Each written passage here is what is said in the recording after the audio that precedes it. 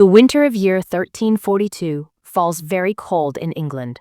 At the age of 12, you sit inside a mud brick house. The place smells strongly of sweat and wet mold. Lying on a straw mat is your baby brother, his skin covered with fever, his chest making noise like a scared bird, caught in a bony trap.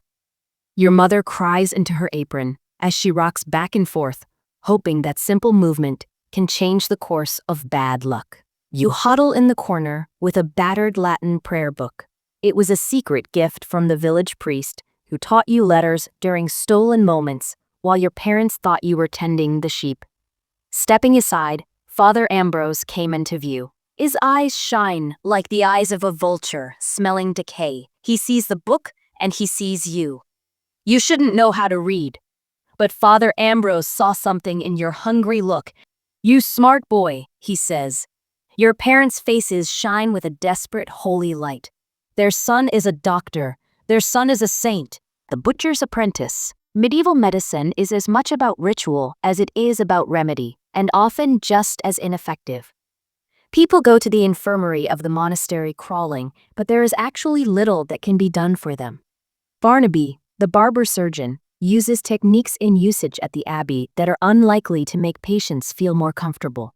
The first encounter is significant. You assist the villager whose arm Barnaby is currently tending with an antiquated implement that brings into question the matter of sanitation.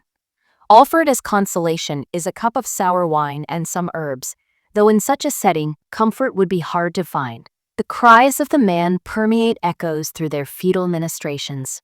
He expires, struggling for breath. Barnaby merely offers a shrug. It's fate. You get up right in the middle of it all, hands shaking while others say prayers over a dead body that is nothing more than a warning sign. This is medical school. Welcome. The future has you in it, and you're running through it with inept tools. A house of lies. You get to know about the ancient notion of four humors: blood, phlegm, yellow bile, and black bile. These are explained as vital forces that should be kept in balance. Throw this balance off, and disease can occur. It sounds logical, but proves to be essentially backward thinking. However, you take in these concepts like they are facts. Days turn a sad buffet. Look at the juices of strangers to tell their fate. A bad smell in the pee shows heat. That thick green spit? Get grave holes ready. It is not so much finding out as reading rot, where each smell gives a clue. At 16, you see the rarest kind of fear, Barnaby in his act. The noise stays with you at night, but you do not look away. You can't. To live, turn off that piece of your heart, which still recalls what pity feels like. The black tide. It is 1348. You have just turned 18. A great plague comes in like the tide from hell itself. Ships pull alongside with rats and decay already on board. The smell thick in the air with something not right good at all. People fall sick out in the open streets, falling down with this and that wrong with them. Skin going black as the sickness takes hold. You are a barber-surgeon. In your shop, rags and jars for medical supplies sit by. Patients wail on straw mats. You need to wear something, but there is no guide, there is no manual, not even a standard uniform of what is coming. You tie across your mouth a cloth soaked in vinegar, herbs in a pomander to hand, and pull tight about you a long cloak oiled, anything to try and tame the miasma. You wear a leather coat, treated for durability. It becomes like a protective shell on you. Your boots crunch the ground as you walk through a time of trouble. Thick gloves, sturdy boots, and wide-brimmed hat. That is the rest of what you wear. You look like resilience having a staff to keep distance from those in distress, from those who might mob you in their desperation. Your tools speak their precise answer to the pain of a merchant's wife while she voices her suffering. The smells that pervade you are not in any way pretty, but they do give an indication of the level of seriousness at hand. It is both rot and the gravity of life and death. Not tradition, not science, just fear stitched into shape. She encounters a difficult situation. Days pass and more individuals are affected. Despite your persistent efforts, the challenge feels overwhelming. Nevertheless, you choose to press on. concerned that stopping would mean facing your own doubts amid the chaos. Checkmate. Your competitor, Silas, an astute apprentice with ties to the bishop's physician, arrives, throwing coins and taking advantage of your clients. You're not making progress, he mocks. At that moment, a young noble falls ill during your care, and the noble claims, "This is your fault." You find yourself in a dimly lit room, feeling the burden of the circumstances. Your hands are bound. Silas leans toward the noble, a smug expression on his face. Your heart is a war drum, and the rats are your only friends. Just when you thought it was over, a monk arrives as your savior. His oath saves you from the noose, swearing the noble's son was doomed. You are free. But the noble's glare says you are speeding on thin ice. A raven doctor. Whether by fortune or misfortune, you live past the first wave. You become the legend of that place. The raven doctor, they say, who walks among the dying and lives. Towns throw gold at your feet for simply staying within them. Your accommodations never working, treatments failing most spectacularly. You have learned the true art of medieval medicine. Do not practice extremes. Do not use great heat for maladies. Do not administer herbs in ways that invade the body. Forced drastic treatments can make a person weak afterward. Word of mouth spreads fast. You're 25. A noble calls you to his estate, which has luxury draped along its halls with a rather tense atmosphere.